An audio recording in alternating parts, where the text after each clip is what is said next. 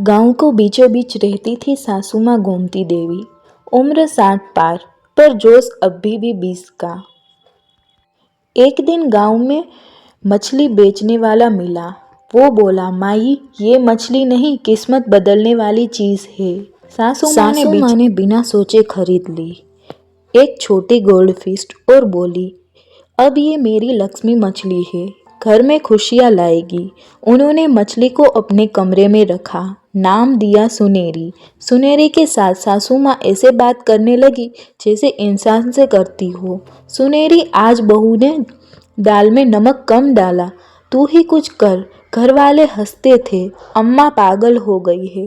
पर अम्मा कहती, जब से ये आई है मेरा ब्लड प्रेशर ठीक हो गया है। और बहू मुस्कुरा रही है। बस धीरे धीरे घर में अजीब चीजें होने लगी। जब भी सासू माँ मछली से बात करती, घर में कोई छोटी खुशी हो जाती। कभी बिजली का बिल कम आ जाता, कभी बहू की परीक्षा में टॉप आने की खबर मिलती। सासू माँ बोली, देखा सुनेरी जादू करती है। पूरे मोहल्ले में खबर फैल गई, गोमती देवी की मछली शुभ है। लोग दर्शन करने आने लगे।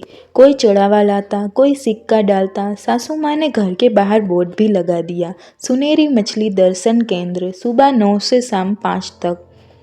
अब मछली ने सासू माँ को सेलिब्रिटी बना दिया था। पर बहू नैना चिंता में थी। अम्मा अंधश्रद्धा में पड़ रही है।